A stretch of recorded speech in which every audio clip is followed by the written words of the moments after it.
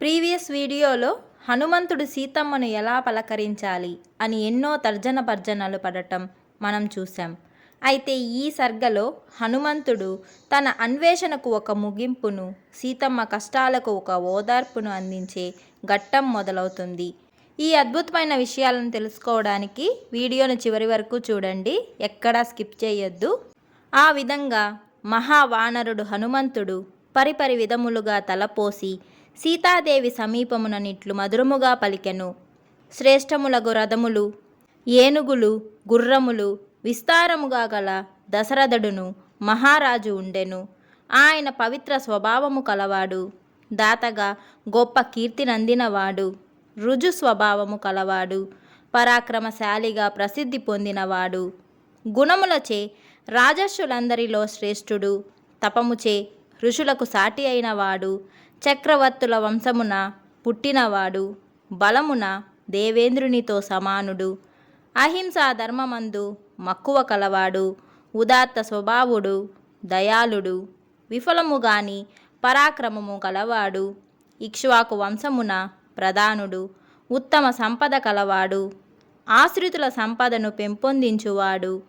ఆ రాజశ్రేష్ఠుడు సాముద్రిక శాస్త్రమున చెప్పబడిన సకల రాజ లక్షణములు కలవాడు, గొప్ప దేహ కాంతి కలవాడు, చతుస్సాగర పర్యంత భూమండలమున ప్రసిద్ధుడు, ప్రజలకు సుఖకరుడై తానును మిక్కిలి సుఖములను అనుభవించువాడు. ఆ రాజునకు చంద్రబింబమును బోలు ముఖము కలవాడు, సకల ధర్మ విశేషములను ఎరిగినవాడు, విలుకాండ్రలో శ్రేష్ఠుడు, ప్రీతిపాత్రుడగు రాముడను జ్యేష్ఠపుత్రుడు కలడు. శత్రువులకు సంతాపము కలిగించు ఆ రాముడు తన క్షత్రియ ధర్మమును, తన బంధువుల ధర్మమును, సకల జనుల ధర్మమును కాపాడువాడు. అట్టి వీరుడగు రాముడు వృద్ధుడు సత్యసంధుడగు తన తండ్రి చేసిన ప్రతిజ్ఞ తప్పలేక అడవికి పొమ్మనగా భార్య సీతతో సోదరుడు లక్ష్మణునితో అడవికి పోయెను. ఆ మహారణ్యమున వేటాడుచు రాముడు కామరూపులు శూరులగు పెక్కండ్రు రాక్షసులను చంపెను. రావణుడు జనస్థానమున రాక్షసులు మరణించుట, కరదూషణములు మడియుట విని కోపముతో మాయామృగరూపియగు మారీచుని చూపి రాముని మోసపుచ్చి సీతను అపహరించెను. రాముడప్పుడు శీలవతియగు సీతకై వెతుకుచు ఆ అడవిలో సుగ్రీవుడను వానరునితో చెలిమి చేసుకొనెను.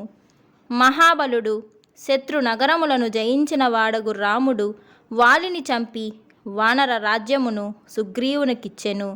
అంత సుగ్రీవున ఆజ్ఞ చొప్పున కామరూపులగు వానరులు వేలాదిగా సీతను అన్ని దిక్కులందనూ వెదుకుచున్నారు. నేను సంపాతి చెప్పిన చొప్పున 100 యోజనముల వెడల్పుగల సముద్రమును ఈ విశాలాక్షియగు సీతకై వేగముగా దాటి తిని, రాముని భార్య సీత ఎట్టి రూపము, వర్ణము, కాంతి గలది అని వింటినో ఆ సీతమ్మ చెంతకే వచ్చినాను. వానర శ్రేష్ఠుడగు హనుమంతుడిట్లు పలికి ఊరకుండెను. సీతయు అతని పలుకులు విని మిక్కిలి ఆశ్చర్యపడెను. అంతటా కొనలు వంకరై సుందరములైన కేశములు గల సీతమ్మ భయపడినది కావున కురులు కమ్మియున్న తన ముఖమును పైకెత్తి సింసుపా వృక్షమును చూచెను. ఆ విధంగా సీతాదేవి హనుమంతుని వాక్యములు విని దిక్కులు విదుక్కులను కలయజూచి ఎవ్వరును కనిపించక రామునే మదిలో ధ్యానించుచు మిక్కిలి హర్షము పొందెను. ఆమె సింసుపా వృక్షపు పార్శ్వములందు ఆకాశమున భూమిపై పరిశీలించుచు ఊహింపరాని మహాబుద్ధిశాలియు సుగ్రీవుని సచీవుడును, ఉదయమానుడగు సూర్యుని వలె ప్రకాశించువాడును, వాయుపుత్రుడునగు హనుమంతుణ్ణి చూచెను. అంత ఆ సీతాదేవి కొమ్మల నడుమ దాగిన వాడును, తెల్లని వస్త్రము ధరించిన వాడును, మెరుపుల సమూహము వలె పింగళి వర్ణము గలవాడును అగు హనుమంతుణ్ణి చూచి మొదట భయముతో కలత చెందెను. పిమ్మట ఆమె ఆ వృక్షముపై వికసించిన అశోక పుష్పముల కాంతితో వెలుగుచు మేలిమి బంగారము వలె ప్రకాశించు నేత్రములు గలిగి వినయశాలి అయి ప్రియము పలుకుచున్న హనుమంతుణ్ణి దర్శించెను.